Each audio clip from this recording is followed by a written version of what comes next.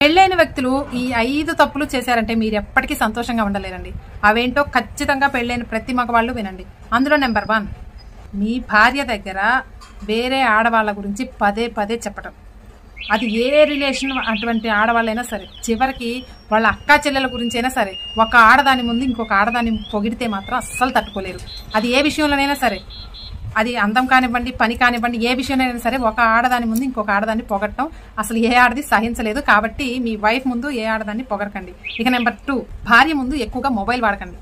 చూడండి, పర్లేదు, తప్పలేదు, ఇంత టైం అని పెట్టుకుని ఒక 15 మినిట్స్ 30 మినిట్స్ టైం పెట్టుకుని చూడండి. తర్వాత ఫోన్ పక్కకు పెట్టి కొంచెం భార్యతో మంచిగా మాట్లాడటం, మంచిగా ఏమైనా విషయాలు ఉంటే షేర్ చేసుకోవడం, ఆ రోజు జరిగిన విషయాలు అలాంటివంటి షేర్ చేస్తూ భార్యతో టైం స్పెండ్ చేయండి.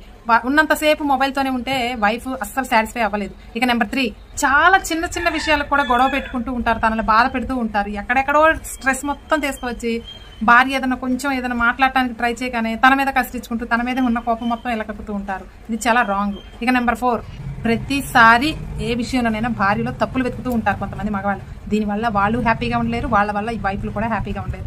కాబట్టి తను అర్థం చేసుకోవడానికి ప్రయత్నించండి. ఇక నెంబర్ 5, అందరి ముందు భార్యని చులకనగా చేసి మాట్లాడటం, తనని అవమానపరచడం, ఆ కోపంలో తనని తప్పుడు మాటలు కూడా అంటూ ఉంటారు. కాబట్టి ఈ 5 తప్పులు చేశారంటే మీ కాపురం ముక్కలు చెక్కలైపోతుంది. అలాగే మీరు హ్యాపీగా, ప్రశాంతంగా, మనశ్శాంతిగా కూడా ఉండలేరు. కాబట్టి ఈ 5 తప్పులు సరి చేసుకొని మీ లైఫ్ హ్యాపీగా లీడ్ చేసుకోండి.